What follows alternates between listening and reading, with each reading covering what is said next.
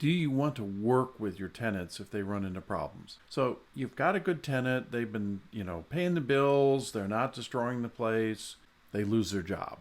Now you've reached a point where you have to make a decision of whether to work with them and allow them to slide just a little bit, or whether you make rules rigid and say, okay, well, you didn't pay your rent, so let's start the eviction process. In a perfect world, you're teaching your tenants via the eviction process, so you want to start the eviction, but that just seems so inhumane. If a tenant goes into that kind of condition and does not connect with you, doesn't initiate, oh, hey, I lost my job, I'm going to be late with the rent this month, can we work on a solution? If they're willing to initiate that kind of process, then we will tend to cooperate and see if we can negotiate a viable solution.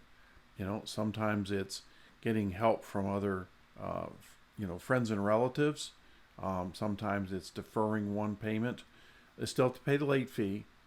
But if they haven't contacted us and if they're not willing to work with us, then you start the eviction. You do not want to wait.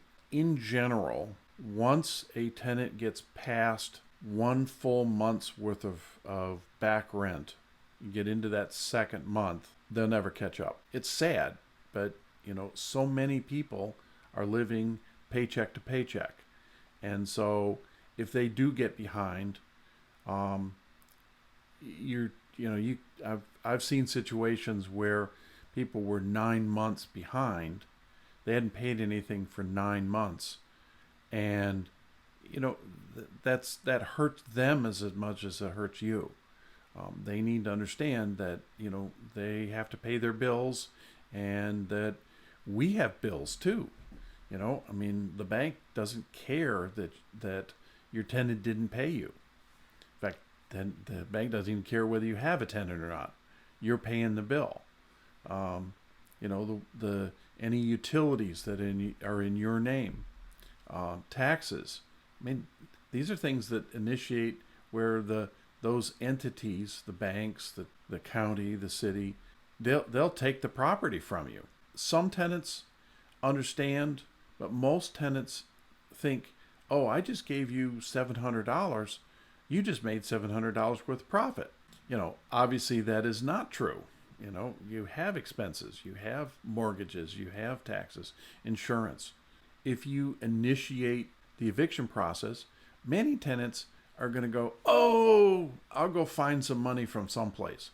There's a lot of charities out there, friends and family. They'll maybe float a loan to them so that they can stay in their property. We are running a business. We are not running a charity. There are charities out there. And so, if you have a list of those charities, that's even better. And get that list to the tenant. Don't be too soft. You can be gentle, but firm, so that the tenants understand there's a set of rules and they have to follow those rules. If you're interested in more information, click the button below or go to howtohackrealestate.com/free.